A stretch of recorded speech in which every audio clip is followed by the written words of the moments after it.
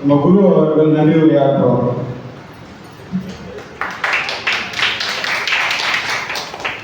எல்லாம் சாய், எல்லாமே சாய்.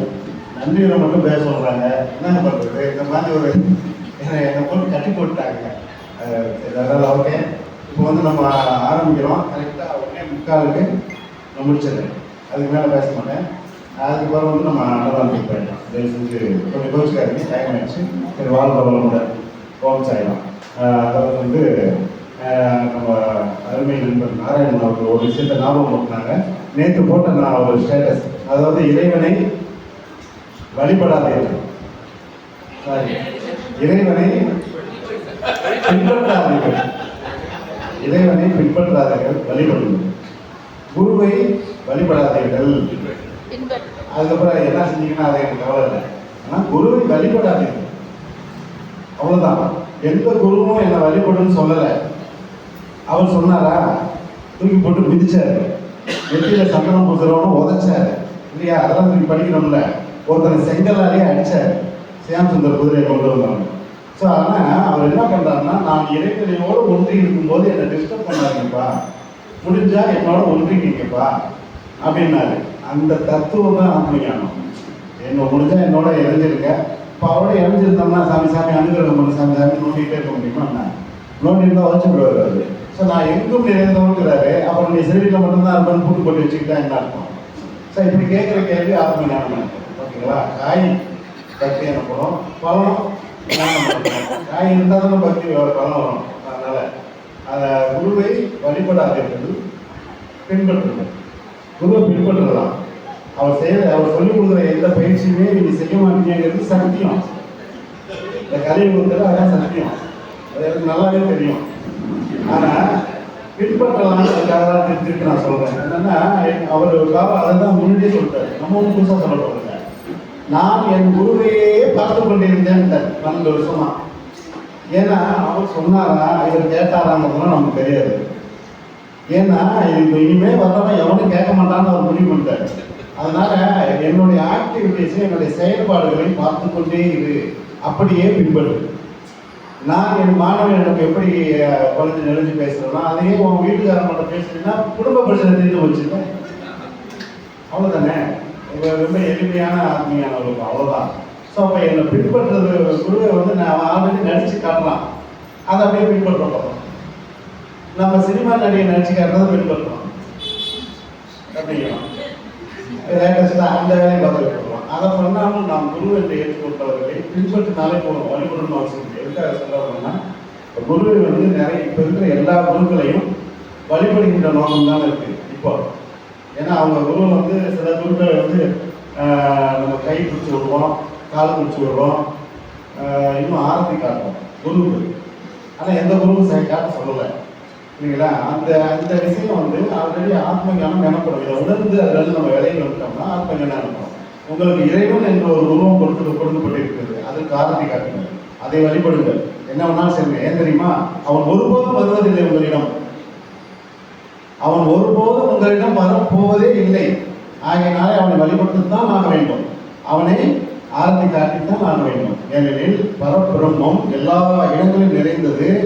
நாம் பார்த்து ரசிப்பதற்கு அல்ல, உணர்ந்து அனுபவிப்பதற்கு. ஆகவே அதை வழிபடுவதற்கு மட்டும்தான் செய்ய வேண்டும், பின்பற்ற முடியாது. ஒரு கிரீடம் வச்சுக்கிட்டு டான்ஸ் பாபா மாதிரி பின்பற்ற முடியாது. அது பின்பற்றிட்டு இருக்கிறோம் நாங்கள்லாம். எங்களை பின்பற்றாது, குருவை பின்பற்று. யார் குரு வந்தால் நீங்கள் தான் முடிவு பண்ணிக்கணும். எந்த குரு வந்து நான் சொல்லிட்டு முடியாது. அந்த அனுபவ ரீதியாக ஒன்று இருக்கு. அதனால இப்போ இந்த சில விளக்கங்கள் கொடுக்கறதுக்காக நான் கொஞ்சம் கடமைப்பட்டிருக்கேன். ஏன் அப்படின்னா, இப்போ வந்து நாங்கள் வந்து சாய் தியானாலயா ஆத்மஞான பீடம் அப்படின்னு தெரியாமல் ஆரம்பிச்சிட்டோம். குழுக்களோட இருக்காங்க, தெரியாமல் ஆரம்பிச்சிட்டோம். ஏன்னா பீடம்னு போடக்கூடாது அப்படிங்கிறது தான் இப்போ ஒரு 10 நாள் நடக்கிற எங்கள் மேலே ஒரு பிரச்சனை நடந்தது. அதுக்கு வந்து காரணம் பீடம். அந்த பீடம் ஒரு சொல்லு. பீடம் வந்து அமைக்கிறது வந்து ஏற்கனவே நம்ம சமுதாயத்தில் வந்து அமைச்சது என்னன்னா, அதுக்கு தலைவர் ஆகிட்டாங்க இல்லையா? அது தலைவராகி அவரை வந்து வணங்கி அவரை வந்து கொண்டாடுறதுக்காக அமைக்கப்படுறது பீடம் அப்படின்னு சொல்லப்பட்டது, அப்படி நம்பப்பட்டு இருக்கோம். ஸோ பீடம்ங்கிறது அப்படி இல்லை. பூமியிலிருந்து தானாக மூசுன்னு சொல்லுவாங்க ரமண மகரிஷி. திடீர்னு தானாக தோன்றிய இந்த சுயம்பு அதுவாக எழுந்து கொள்கின்ற ஞானம் மீண்டும் வருவது, உடைத்துக் கொண்டு வெளியில கிளம்புவது. பல ஆண்டு காலமாக பூமியிலே அடங்கி இருந்து திடீர்னு வெளியில வந்ததுன்னா அதை சுற்றி அமைப்பதுதான் பீடம். அப்ப சுயம்பு தன்னைத்தானே சுற்றி மேலே அமைத்துக் கொள்கிறது, அதுவே பீடம். அப்ப நான் ஒரு முட்டாளா சாக்கடையா இருந்து எனக்குள்ள இருந்து எழுப்பிய ஆத்ம ஞானம் அவங்க சொன்ன மாதிரி முதல் மனிதன் இந்த பூமியில பரிணாம வளர்ச்சியில அந்த உயிரினங்கள் தோன்றும் பொழுது கண்ணு இல்லாம, அதாவது கண் தரத்துக்கு 4 நாள் ஆகும். நீங்க லேட்டஸ்டா நம்பலன்னா நீங்க மேல் எடுத்துக்கிட்டீங்கன்னா 7 நாள் ஆகும் கண் தரது. ஆனால் தன் தாய் எங்கே இருக்கிறதோ அந்த தாயிடம் சென்று மடியை கவர்ந்து பால் அருந்துகிறது. அதுதான் ஆத்ம ஞானம். ஆத்ம ஞானம் ஆல்ரெடி பதிஞ்சிருக்குது, நமக்குள்ள பதிஞ்சிருக்கு, இயல்பான ஞானம். அதுக்கு பசின்னு வந்த உடனே அது தன்னுடைய தாயை தேடி இந்த இடத்துல பால் வருவது எப்படி தெரியும்? இதுக்கு நம்ம பல கதைகளை கட்டி புராணங்களோடு போயிருக்கோம். இது பரிணாம வளர்ச்சியில ஒரு ஓர்வீர் அமிபால இருந்து வந்து இருக்குது. இந்த ஞானத்தை எடுத்துக்கிட்டோம்னா அகம் பிரம்மாஸ்மி நம்ம அடைஞ்சிடலாம். ஒரே ஒரு விஷயம் தான், இந்த உச்ச நிலையில இருந்து பரமாத்மாவில இருந்து நம்ம ஆத்மாவை தேடிட்டு இருக்கோம். சத்தியமா கண்டுபிடிக்க முடியாது யாராலையும்.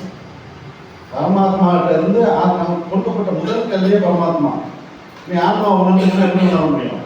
நீங்க ஆன்மாவில இருந்து போனாதான் பரமாத்மா உணர முடியும். ஸ்டெப் பை ஸ்டெப் தானே. நான் உச்சியில இருந்து கீழே உணரணும், மண்ணையில உணர்ந்துக்கலாம். கீழே இருந்து மெல்ல மெல்ல ஏறினீங்கன்னா ஸ்டெப் பை ஸ்டெப்பா சேர்ந்துடலாம் இறக்குற வரைக்கும். நம்ம கண்பருப்பு சாப்பிட்டாலும் பொடி பொடியாக செஞ்சு வச்சுக்கிட்டீங்கனாலும் என்னதான் பண்ணாலும் எக்ஸசைஸ் பண்ணாலும் பஸ்தி பண்ணாலும் குஸ்தி பண்ணாலும் ஒரு நாள் நம்ம இறந்து வருவோம். அவ்வளோதான் லைஃப். நாம் இறப்பதற்காக இந்த பூமிக்கு வந்துருக்கோம் அப்படிங்கிற எண்ணம் எப்போ ஒவ்வொரு மனிதனுக்கு மனசுல ஆழமாக பதிகிட்டு வரும், அதுவே ஆத்மையாகும். இறப்பை பார்த்து பயந்துகிட்டே இருக்கோமே நம்ம எல்லாரும். நேற்றாவும் இன்று நாள் நாளை அதை ஒத்துக்க முடியலன்னா நீ கும்பல கடவுள் கடவுள் ஒண்ணுமே செய்ய முடியாது. அதை ஒத்துக்கிட்டீங்கன்னா எல்லாமே செய்வான், அதுவே கொலை பண்ணிடுவோம். ஒன்று இருக்கு, தெரியும் இல்லையா? நிறைய பேர் தெரியும் தெரியல. கடவுள் விஷயத்தை பார்த்தீங்கன்னா இந்த ரோபை புக்கா அது மொத்தமே 100 பக்கம் தான், 48 பாட்டு தான் போட்டுருக்கு. அது இவ்வளோ பெருசு உலகம் கொண்டிருக்காங்க. நமக்காக ஒருவரும் வாங்கி படிப்பதில்லை. தமிழில் வருதுங்க. இப்போ எல்லா வேலை புத்தகங்களும் தமிழில் வருது. அதெல்லாம் வாங்கி நம்ம கற்றுக்கணும், படிக்கணும். ஓகே, எப்படியோ பாதம் மாறி போடுறான்னு யாராவது சொல்றீங்களா? சாய் தியானாலே ஆத்ம ஞான பீடம்ங்கிறத நாங்கள் ஒரு வார்த்தை தெரியாமல் வச்சுட்டோம். ஸோ அதோடைய செயல்பாடு என்னங்கிறத மட்டும் சொல்லிட்டு டக்குன்னு நான் முடிச்சிடுறேன். இந்த பீடத்துடைய செயல்பாடுகள் நமக்கு வந்து முட்டாளாக மூட நம்பிக்கைகளிலிருந்து மனிதர்களை சற்றே திசை திருப்பி நான் யார் என்ற அந்த உணர்தலுக்கு கொண்டு போகணும் அப்படிங்கிற ஒரு விஷயம் தான். இவங்களை நான் யாருங்கிறத உணர்ந்துட்டீங்கன்னா உங்களுக்கு இறைநிலை என்னன்னு புரிஞ்சு போயிடும். ஸோ கடவுள் தன்மை என்னங்கிறத உணர்ந்தோம். கடவுள் டோட்டலாக கிடையாது. கடவுள் இல்லை, கடவுள் தன்மை நிறைந்திருக்கிறது எல்லா இடங்களிலும். பிரபஞ்சம்ங்கிறதே கடவுள் தன்மை. கடவுள் தன்மையை நீங்கள் கடவுளை விட்டு கடவுள் தன்மையை ஏற்றுக்கொள்ளுங்க, அவ்வளோதான். கடவுளை விட்டு ஏன்னா வெறும் சொல். கடவுள் தன்மைங்கிறது பிரபஞ்சம் முழுக்க நிறைஞ்சிருக்கு. நீங்கள் அதை அப்படியே ஏற்றுக்கிட்டீங்கன்னா நான் கடவுளும் மாறிடணும், உள்ளே போயிடணும். நீங்கள் சொன்ன மாதிரி தியானமும் சரி ஆன்மீகம் சரி நாம் செய்ய முடியாது, அதை மட்டும் இணைந்து கொள்ளலாம், அவ்வளோதான். ஏற்கனவே எழுந்திருக்கிற மாதிரி நம்ம தனியாக செய்யணும்னு நீங்கள் நினச்சிங்கன்னா, வழிபாடு செய்ய நினச்சிங்கன்னா அகங்கார பீட்டை நம்ம அவன் செய்கிறேன்னு நினச்சிங்கன்னா நான் செய்கிறேன் இல்லையா? நீங்கள் குருவத்தில் கரெக்டாக அவன் பார்த்தீங்கன்னா தெரியும். நான் இங்கே நிறைய பொருளாதாரத்தை இழந்துட்டு நான் போய் திருடியில் உட்காந்துருக்கேன். அப்போ என்ன நினைப்பாங்க? இவ்வளோ இடத்த வச்சுட்டே பாவா, இவ்வளோ இடத்த வச்சுட்டே நான் இழந்துட்டேனே மனசில் இருக்கிறேன். மறுநாள் காலையில் ஒரு கிழமை பக்கத்தில் உட்காந்து ஒரு சிரிப்பு கொடுக்குறாரு, கடலை கொடுக்குறாரு. திரும்பி அந்த பேப்பர் எடுத்து பார்க்குறேன். நான் இழந்தேன் என்பது அகங்காரமே. ஓகே, அதில் ஒன்றும் மாற்றம் இருக்குல்ல இல்லையா? இப்போ நீங்கள் வந்து நான் பெற்றேங்கிறது சில நேரங்களில் வந்து அகங்காரமாக எதுன்னா நான் செய்தேங்கிறது அகங்காரம் எனப்படும். இப்போ நான் இழந்தேங்கிறது எந்த வகையில் வரணும்னு அதில் இருக்கு. அந்த டீச்சர்ஸ் அதை தான் இருக்கு. நான் இழந்தேன் அதுவே நான் வந்தேடா, அப்போ நான் இருந்திருக்கேன் அப்படிங்கிற வாசம் அதில் இருந்தது. நான் பலகாலத்துணை படிச்சதுனால அது எனக்கு மைண்டில் இல்லை, வாசம் இருந்தது. அப்போ தான் கேட்டேன், நான் இழந்தேங்கிறதும் அகங்காரமா? அப்படியா அப்படின்னா அந்த கிழமை தான் எனக்கு கற்றுக் கொடுத்தேன். நான் இழந்தேன் என்பதும் அகங்காரமே. உனக்கு நான் எப்படி காய்ச்சல் பண்ணா 3 நாள் பிச்சை எடுத்து வெளில கடலான்னு விட்டான் இல்லையா? சாப்பிட்றது காசு இல்லை நிஜமாவே. நான் வந்து ரொம்ப மேனஸ் கருதி நான் அங்கே போய் சாப்பிட்டேன் இங்கே சாப்பிட்டேன்னு அதை போய் சொல்லிடுவேன். அதனால பசியும் பட்டினியாக வெறும் நீரை அறிந்து கொண்டிருந்தேன். இன்றைய துவாரமை பின்னாடி போனீங்கன்னா அப்போ நிறைய மரத்துக்கு அடியில் தான் அப்போ பட்டுருப்போம். இப்போ எல்லாத்தையும் வெட்டி இது பண்ணுறாங்க. ஸோ அவ்வளோ ரொம்ப சிரமமாக இருந்தது. அந்த நான் சிரமப்பட்டதை எழுதலாமான்னு யோசிக்கும் போது ரொம்ப யோசனைக்கு முன்னாடி எழுதி அதை இன்னைக்கு எல்லாரும் அதை அனுசரித்து நீங்கள் சுவீகாரம் எடுத்து போயிருக்கு. என்னுடைய பணிவான வணக்கத்தை நான் தெரிவிச்சுக்கிறேன். அதை பற்றி கருத்துக்கள் நீங்கள்லாம் பேசுவீங்கிறது எனக்கு ரொம்ப ஆச்சரியமான இருந்தது. அதை நான் அந்த பிறவியோடைய புண்ணியமாக எடுத்துக்கிறேன். அந்த ஆங்கிலத்தில் மொழி வந்ததை நான் இதுவரைக்கும் கனவுல இருந்து வெளியில் வரவே இல்லை. இப்படியெல்லாம் வருமா அப்படிங்கிற ஒரு சித்தாந்தம், இது பணிவு அப்படிலாம் சிம்பிளாக இந்த மாதிரி இருக்குது. அதை பேசிட்டு போனோம்னா நல்லா தூக்கம் எனக்கு, அதை ஏதாவது சின்ன போட்டு போனோம்னா தூக்கம் வராது, தேவையா? அதனால் இதெல்லாம் வரும்னு நான் நினைக்கவே இல்லை. அதை இவங்கெல்லாம் பண்ணுவாங்கன்னு நான் அதை நினைக்கிறேன். அருமை சகோதரி மாதவி பாலாஜி அவர்களுடைய இன் சர்ச் ஆஃப் குரு, அவ்வளோதான் எனக்கு தெரியும். அதுக்கு மேலே நான் ஆங்கிலம் தெரியாது. நான் கற்றுக்கொள்ளவும் விரும்பவில்லை. ஏனெனில் இதை இவர் செய்வான் என்றாய்ந்து அதனை அவர்கள் விடல். சரி, அந்த பக்கம் பேசுகிறாங்க. அவங்கள்ட்ட நம்ம கொடுத்துட்டதுக்கப்புறம் அவங்க டிஸ்டர்பே பண்ணக்கூடாது, சிறப்பாக வந்துடும். எதுக்கு சொல்ல வரேன்னா, நான் அனுபவிக்க ஒன்றொன்றும் அது அடுத்தவங்க எடுத்து சொல்லணும் இல்லையா? நான் அவன் கேட்ட உடனே சொல்லி விட்டுட்டேன், அவ்வளோதான். அதுக்கப்புறம் உட்காந்து வீட்டில் புக்கை இருக்கும்போது நான் பார்த்தேன், நடுவில் நான் டிஸ்டர்பே பண்ணேன். ஏன்னா ஒரு நம்பிக்கை, அது பேர் தான் நம்பிக்கை. அதுதான் அவங்க சொல்லிட்டு போனாங்க. நான் ஆரம்பத்துலேருந்தே அப்படி தான், அவர் பொறுப்பை விட்டுட்டோம்னா அது நீங்க அவன் கரெக்டாக செஞ்சு முடிப்பாங்கன்னு நம்பினா விட்டுடுவேன், நம்மளேன்னா தொடர்ந்து டிஸ்டர்ப் பண்ணுவேன். அதனால நம்ம ஆர்கனைசை அப்படின்னு ஒரு அமைப்பை ஏற்படுத்தி எனக்கு ரொம்ப மிக அற்புதமாக, நான் சொன்னால் சில விஷயங்கள் நம்ப முடியாது, என் பூர்வ ஜென்ம தொடர்பு இருக்கின்ற என் அருமை தம்பி. இப்போ சில விஷயங்கள் புரிஞ்சுக்கிங்க. நான் எந்த ஜென்மத்தில் சொல்ல மாட்டேன், ஆனால் நான் சில விஷயங்கள் சொல்லியிருக்கேன்.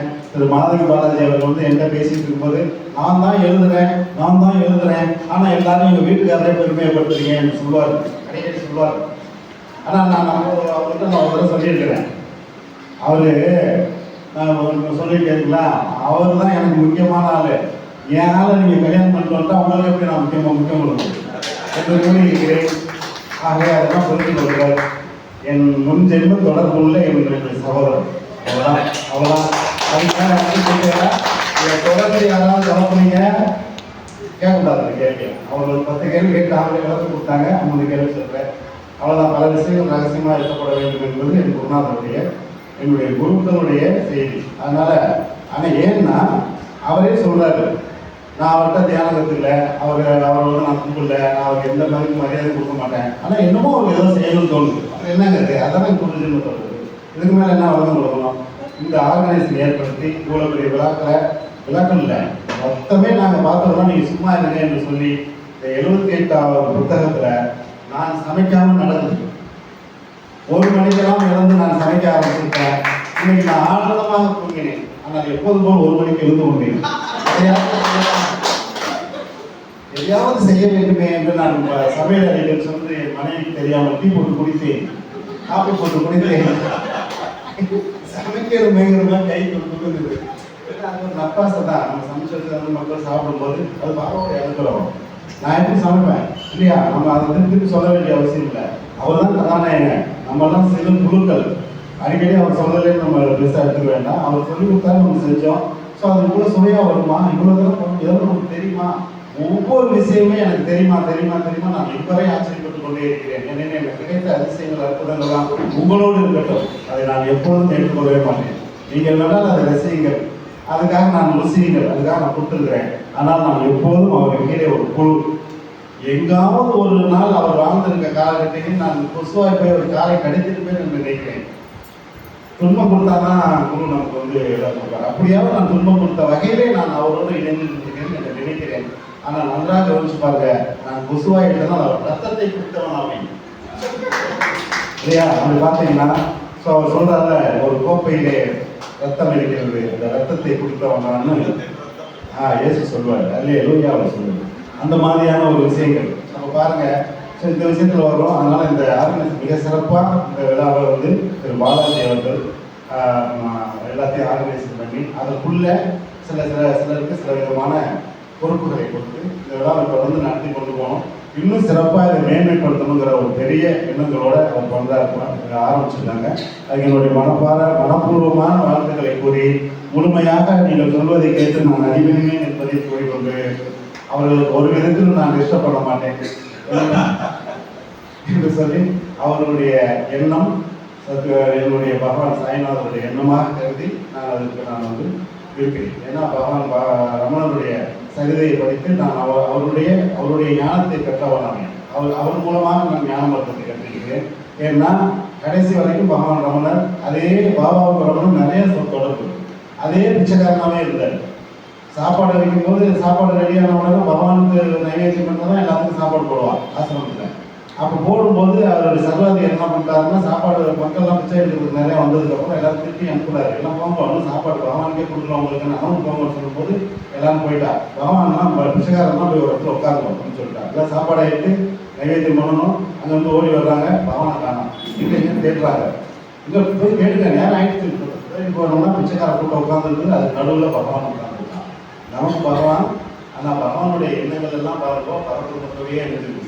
பிச்சாந்தே இல்லையா, பிச்சாடனர் இல்லையா பகவான், அவர் போய் உள்ள உட்கார்ந்துருக்காரு. அவர் விட்டு என்ன பகவான் சொல்லிக்கிறேன் என்ன நீங்களும் பிச்சைக்காரனோட உட்காரணும்னு சொன்னேன். உட்காந்து நீங்கள் ஆசிரமம் பண்ணீங்க, நான் சொல்லிட்டு இருப்பேன். ₹1,00,000 எனக்கு கீழே ஆசிரமம் வச்சிங்கனாலும், ₹1,00,000 ஏதாவது எனக்காக ஒரு விருது வாங்கி வச்சிங்கனாலும் என் ஆன்மாவிற்கு ஒரு உயர்வு இல்லை.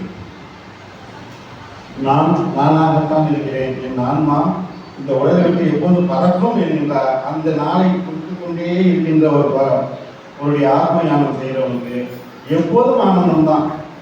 உடலை விட்டு பார்த்தோம்னா பேரானந்தம் வந்ததே அதுக்கானே. அந்த ஒரு வகையில் நம்ம ஆத்ம ஞானத்துக்கு போயிட்டு இருக்கோம். ஸோ அதனால இந்த ஒரு அமைப்பு சற்றே கொஞ்சம் மாறுதலோட இது நிகழ்கிறது. ஏதாவது ஒரு கருத்து வேறுபாடுகள் இருந்தால் இந்த ஆர்கனைசேஷன்கள்கிட்ட பேசலாம், சொல்லலாம். இதை செய்யாதீங்க அப்படின்னு சொன்னால் நான் தயவு செய்ய மாட்டோம். முறையாக வருவோம். எப்படியுமே நேருக்கு நேர் பேசி பழகுறது தான் நம்முடைய ஆத்மீயானத்துடைய பழக்கம். ஆனால் இந்த இங்கே வந்திருக்கவங்களாம் ஆத்மீயானிகள் கவனிச்சுங்க. ஆனால் ஒரு வாரமாக நேருக்கு நேர் பேசாத புறம் பேசுகின்றவர்கள் எல்லாம் பாபாவின் பக்தர்கள் என்று கொண்டு புறம் பேசிக் கொண்டிருப்பவர்களை கவலை இல்லாமல் விட்டு விடுவோம். அவரெல்லாம் பேசிக் கொண்டிருக்காங்க. இது என்ன புதுசு ஆத்மீயான சாய் தியானாலயம் ஆத்மீயான பீடம் தான். அவரின்றி ஒரு அளவும் அசையாது. வழிபாடு பாத நமஸ்காரம் பாபாவுக்கே சொன்னாங்களா. என்னுடைய விருப்பத்தை நான் தெளிவாக இருக்கேன். அதை மீறி உங்களுடைய விருப்பம் நீங்கள் சொன்னீங்கன்னா நான் தலையில் விரும்ப மாட்டேன். என்னுடைய விருப்பம் என்ன என்பதை நான் இங்கே அறிவிச்சிருக்கேன்.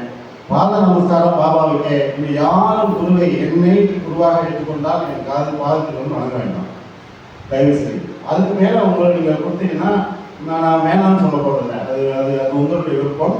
ஆனால் நீங்கள் உங்களுக்கு உண்டான ஆசையையும் உங்களுக்கு உண்டான பயிற்சியும் வழங்குவதற்கு நான் கட்டுப்பட்டு இருக்கிறேன். நான் ஏற்கனவே போன இதில் சொன்ன மாதிரி நீங்கள் எவ்வளோதான் என்னை உயர்த்தி வச்சாலும் இல்லை கீழே தாழ்த்தி வச்சாலும் உங்களுக்கு தீட்சை கொடுப்பதையும் ஆத்ம ஞானம் கொடுப்பதையும் நான் பெரிய புண்ணியமாக கருதுகிறேன். நான் உங்களுடனே கீழே இருக்கிறதுக்கு புரியப்படுகிறேன். என்னை வளர்த்து விடாதீர்கள், வளர்த்து விட்டுட்டீங்கன்னா அப்புறம் அவ்வளோதான் வேறு மாதிரி ஆகிடும். அவர்கிட்ட கவனம் தோணும், அவ்வளோதான். அப்படின்னு கவனம் போகிறது ஆரம்பிக்காங்க.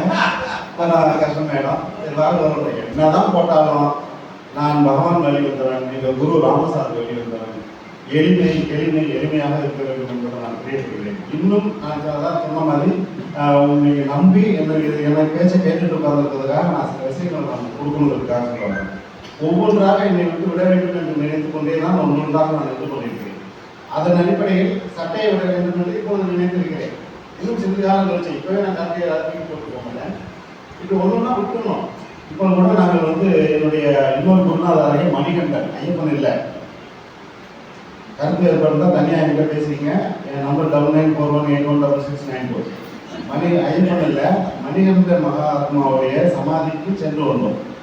நீங்கள் இந்த புத்தகத்தெல்லாம் படித்து ஐயப்பன் கோயிலை பற்றி நல்லா இன்னொரு 5 நிமிஷம் அப்படியா புத்தகத்தெல்லாம் படித்து மணிகண்டனை பற்றி பேசுகிறீங்க. நான் வந்து மணிகண்டனுடைய இதுக்கு நான் என்னுடைய 19ஆவது வயதில் பயணம் பண்ணேன். ஸோ அந்த இடத்துக்கு இப்போ 10 நாளைக்கு முன்னாடி என்னுடைய நண்பர்கள் இவங்க இந்த குழுவில் இருக்கிறவங்கலாம் அந்த எந்த தட்டில் என்னென்ன நடந்தது அதை நாங்கள் வரணும், எங்கள்கிட்ட நீங்கள் சாட்சி காட்டணும்னு சொல்லி எனக்கு கூப்பிட்றாங்க. ஏன்னா அது ஒரு பெரிய ஆண்களுக்கும் பெரிய வசதி, பெண்கள் கூட வர முடியாது. அவங்க வந்தாங்க. 48 மைலில் நடந்து எங்கெங்கே என்ன நடந்ததுன்னு நான் அவங்களுக்கு சொல்லிட்டு அதை அவங்க வீடியோ பதிவு செய்திருக்கிறதில்ல. இன்னும் அவங்க ஒரு காப்பு வாங்க நினைக்கிறேன். ஸோ அதனால் வந்து சாட்சியெல்லாம் விசாரிச்சுட்டு வந்துருக்குறாங்க. அப்போது நான் என்ன சொல்ல வரேன்னா, ஆத்ம ஞானம் எனப்படுவது யாதெனில் உங்களுக்கு அந்த மெய்ஞானம் புரியலைன்னா பாபா சொன்னேன் முதல்ல உனக்கு உன் மனசை அடக்க முடியலன்னா என்ன நினைச்சுக்கோ. அதுதான் மாலை படுத்துறது, பூஜை பண்றது, நமஸ்காரம் பண்றது. நாளாக பயிற்சி செய்ய செய்ய செய்ய செய்ய மாலை போட்டு சும்மாவே போயிட்டே எல்லாம் வராது. ஒரு பயிற்சி ஒன்று பண்ணணும். நான் யாருங்கிற எண்ணம் வந்துட்டே இருந்ததுனா நாளாக நான் உனக்கு தேவைப்பட மாட்டேன் சச்சத்தில் வந்தா நான் பிடிச்சி தொங்கிட்டே இருக்குவேன் இல்லையா? அது ஒரு விஷயம் இருக்கு இல்லையா?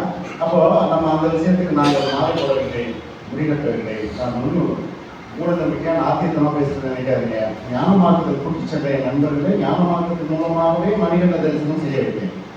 நாங்கள் அங்கே சென்றோம், சில இடங்களில் தியானித்தோம், சில இடங்களில் தூங்கினோம், சில இடங்களில் கிடைத்ததை சாப்பிட்டோம், ஆனந்தமாக வந்தோம். எதுக்கு அதை சொல்ல வந்தேன்னா, போகிற போக்கில் நான் அடுத்த முறை வரும்போது ஒரு வேட்டி இன்னொரு வேட்டி கொத்தி கொண்டு வந்து வருவேன், சட்டையை எடுத்துக்க மாட்டேன், ஜோனாப்பை எடுத்துக்க மாட்டேன், விரும்புடியை எடுத்துக்கொள்ள மாட்டேன்னு சொன்னேன். அப்போ பாருங்க, ஐயோ அதுதானே ஆத்மங்க. நான் இப்போ ஃப்ரீயாக போடலாம். நான் எல்லா சமயம் தொண்டுக்கு போகிறேன். பகவானுக்கு பூ புஷ்பம் அது யாரு அவன் மனசில் அவனுக்கே கொடுக்குறது சீனை போட்டு நான் உள்ளே எடுத்துக்கிட்டு போய் அவனுக்கு நான் கொடுக்குறேன்னு சொல்லிட்டு அந்த மூட்டையை தூக்குறதே சிரமமாயிட்டேன். 4 மணிக்கு 200 பூச்சி அடைக்க ஆரம்பிச்சோம் இல்லையா? அப்போ இறக்கும் போது நமக்கு அந்த நம்ம செய்கிற பக்தியை நமக்கு வந்து 4 வேதம் ஓதுகிறேன், ஓகேவா? 4 மறைகளை உணர்கிறேன். வேதம் வந்து இறைப்பு வரும்போது அதாவது வேகம் வந்து இறைப்பு வரும்போது வேதம் வந்து உதவுமோ அப்படின்னு ஒரு பாடல், அதே பாடல். ஸோ இது எல்லாமே உங்களை நீ யார் என்பது அறிவதற்கு. ஆனால் அது உன் உயிரை காக்காது. நாம் வேண்டுமானால் ஆஸ்பத்திரியில் போய் படுத்துருக்கோம், அந்த மந்திரத்தை சொல்லி உயிர் திருப்பி வந்துடுவோம்னா ஒரு நம்பிக்கைக்காக சொல்லலாம். ஆனால் விதி அப்படியே அவர் போல வேதம் சொல்லி பொழைச்சிட்டாருன்னா விதி மதிய எளிமையானால் அதே விதியாக இருக்கும். அப்போ பொழைச்சிட்டாரே, ஒருபோதும் அவர் இறக்க மாட்டாரா திருப்பி? எல்லோரும் இறக்கவே பிறந்திருக்கிறோங்கிறது அதுதான் முதல்ல சொல்லணும். அதனால பாபாவின் 8வது அத்தியாயங்களை எடுத்துக்கொள்ளுங்கள். முழுக்க ஆத்மீகம் இருக்கும். அவங்க சொன்ன மாதிரி பகவத்கீதையில் ஆத்மீகம் மாதிரி 8ஆம் அத்தியாயத்தில் முழுக்க ஆத்மீகத்தை பற்றி விரிவை ஹேமாத்மன் போட்டிருப்பார். பாபா டோட்டலாகவே அப்படிதான் இருந்தார். நல்லா புரிஞ்சுக்கிட்டோம்னு. ஆனால் அதில் ஹேமாத்மன் புரிஞ்சுக்கிட்டதை 8ஆம் அத்தியாயத்தில் எழுதியிருக்காரு. படிச்சு பாருங்க. இன்னொரு சிறந்த விசேஷம் என்னன்னா, இது தொடர்ந்து நடந்துட்டு இருக்கும்போது நானும் இந்த சக்சஸ் இந்த மாதம் கொஞ்சம் எழுதிட்டு இருக்கும்போது எனக்கு அந்த இந்த மாதம் 8ஆம் அத்தியாயம் தான் எனக்கு வந்தது கரெக்டாக. அதில் அந்த அத்தியாயத்தை வச்சு தான் நீங்கள் ஆத்மீகம் பற்றி எழுதிருக்கோம். அதனால சின்ன மாற்றம் என்னன்னா, இந்த நாமியாங்கிற தேடுதலோட கொஞ்சம் மாறுதல் பண்ணி எங்கள் சாயத்தியான ஆத்மஞானத்திலும் தொடர்ந்து பயணிக்கும் என்பதை உறுதிபட கூறிக்கொள்கிறோம். அது தவிர எங்களுடைய புத்தகத்தில் மேலும் நம்ம ஆத்மஞானம் செய்திகளும் நாமியார் சித்தாந்தங்களையும் அதை கொஞ்சம் நான் அதிகப்படுத்துவேன். சித்தர்கள் சம்பந்தப்பட்ட நிறைய அதிகப்படுத்துவோம், இன்னும் நிறைய அதிகப்படுத்துவோம். உங்களை சரியான வழியில் செலுத்த வேண்டும் என்பது என்னுடைய பகவானுடைய அளவா, அவருடைய தொண்டனாகி சிறு தொண்டனாகி என்னுடைய அளவாகும். ஆகவே இவங்கெல்லாம் சொல்லிட்டாங்க, நிறையா மேற்கொண்டு சொல்லணும்னு ஒரு விஷயம் இல்லை, டைம் ஆகிவிட்டது. ஓகேங்களா? அதனால் நாங்கள் வந்து இந்த அமைப்பை நான் மதிக்கின்றேன். அந்த அமைப்பின் மூலமாக சில மாறுதல் பண்ணியிருக்காங்க. அந்த மாறுதலின் அடிப்படையில் இந்த விழா நடந்தது. என்ன மாறுதல் நடந்ததுன்னு யாரும் தவறாக எடுத்துக்கொள்ள வேண்டாம். நம்ம எல்லோருக்கும் மனசில் இருக்கிறது பக்தி தான். சரிங்களா? பக்தி அதில் ஒன்றும் மாறுதல் கிடையாது. ஞானத்தை வந்து பக்திங்கிறது வந்து என்னன்னா, பக்தி மாற்றம் அப்படின்னா பூஜை புனஸ்காரத்துக்கு என்னென்ன வேணுமோ அதெல்லாம் வேணும். பக்தி யோகம் மாறிட்டீங்கன்னா அது அவசியம் இல்லை. ஆனால் இங்கே 2 சொற்கள் இருக்கு நம்மகிட்ட. நான் அதுதான் தமிழ், சமஸ்கிருதம் இதெல்லாம் நல்லா புரிஞ்சவங்க பிரித்து பாருங்கன்னு சொல்கிறேன்.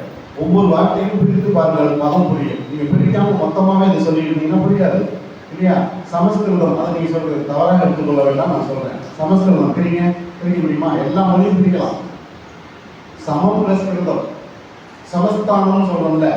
இந்த சமஸ்கிருதத்துல சமஸ்தம் வருது. சமஸ்தானம் என்னன்னா ஒரு 70-80 ஊரை சமப்படுத்தி ஆட்சி பண்ற இடம்னு அர்த்தம் சமஸ்தானம்னா. அப்ப இது என்னது? சமஸ்கிருதம் என்ன?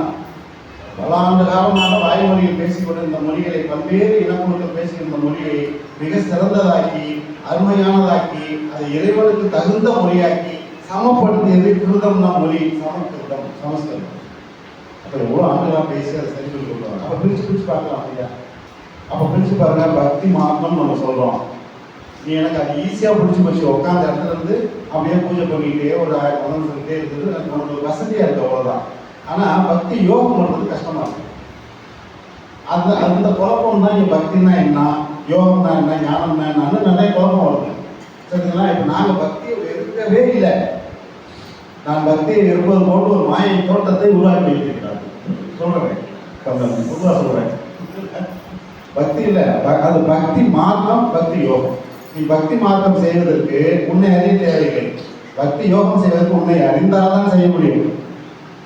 அப்ப இது பக்தி தான், அது பக்தி தான்ப்பா. நான் ஸ்ரீனிவாசன் அவர்களை பற்றி தெரிந்து கொள்வது பக்தி, அவன் மேல இருக்கிற எனக்கு பக்தி. நான் என் மேல இருக்கிற ஆசையை என் ஆன்மை பற்றி தெரிந்து கொள்வது ஞானம். அவ்வளவுதானே. பெருமாள் கருடபுராணம் படிச்சா பெருமாள் யாரும் தெரிஞ்சுக்கலாம், சிவபுராணம் படிச்சா சிவன் யாரும் தெரிஞ்சுக்கலாம், எதை படிச்சா நீங்க யாரும் தெரிஞ்சுக்கலாம். அது இல்லை, யோக சாஸ்திரம் படித்தா நீங்கள் யாரும் பற்றி தெரிந்து கொள்ளலாம். கடவுள்களை தெரிந்து கொள்வதற்கு 107 சாஸ்திரங்கள் இருக்கிறது. உன்னை பற்றி எங்களுக்கு ஒரே ஒரு சாஸ்திரம் யோக சாஸ்திரம். நான் அந்த ஒரு சாஸ்திரத்தை முதல்ல நீங்க புரிஞ்சுட்டேன்னா 107 சாஸ்திரம் ஆந்தாங்கிற அகம்பொரு மாசத்துக்கு வந்துடும். எவ்வளவு எளிமையான அற்புதமான விஷயம். ஆனா இந்த எல்லாத்தையும் வார்த்தையை சுற்றி 107 படிச்சுட்டு இருக்கிறதுனாலதான் நாம் இந்தியாவே இல்லாமல் இருக்கிறோம். என் அருமை சகோதர ஒரு சமுதாயம் 52 நாடுகள் விரிவாகிறது. சரிங்களா? அருமை சகோதர இனம் எதுன்னு நான் சொல்ல முடியாது. அப்ப பாத்துங்க, நீங்க பரபிரம்மத்திலிருந்து ஆரம்பிக்கிறீர்கள். தயவு செஞ்சு ஆன்மாவிலிருந்து ஆரம்பிங்கள். பரபிரம்மம் நீங்கள் என்பதை உணர்வீர்கள். அதுவே ஆத்மீக ஆன்மா என்பதை சொல்லிட்டு இந்த அருமையான வாய்ப்புக்கு நன்றி கூறி உங்கள் அனைவரும் சந்தித்த பெருவகை கொண்டு இந்த புத்தகத்தை இதுக்கு மேலே எல்லாம் சொல்லிட்டீங்க. அதனால் அந்த புத்தகம் இந்த புத்தகம் எல்லாம் பகவான் பாதத்துக்கு சமர்ப்பித்து எனக்கு முழு ஒத்துழைப்பு கொடுத்து இது ஆங்கிலத்துக்கு மொழிபெயர்க்க மாதிரி பாலாஜி மீண்டும் முறை என்னுடைய பணிவான நன்றியை தெரிவித்துக் கொண்டு பாலாஜி அவர்களுக்கும் அவருடன் உங்களின் பணியாற்றும் திரு அகஸ்டின், திரு ராஜசேகர், திரு கருணாமூர்த்தி, திரு பிரபு, திரு கணம், திரு சுர்ணா, திரு ஜெயந்தி ஸ்ரீராம் அவர்கள் மற்றும் அனைத்து சகோதர சகோதரிகளுக்கும் கண்டிப்பாக எங்களுக்கு உதவி செய்யக்கூடிய எல்லா சகோதரர்களுக்கும் செஞ்சுதான் ஆக வேண்டும் என்ற கட்டாயத்தில் இருக்கும் நண்பர்களுக்கும் வாழ்த்து கூறி வாழ்க வளமுடன் என்று வாக்கு நிறைவு செய்கிறேன். வாழ்க வளமுடன், வாழ்க வளமுடன், வாழ்க வளமுடன்.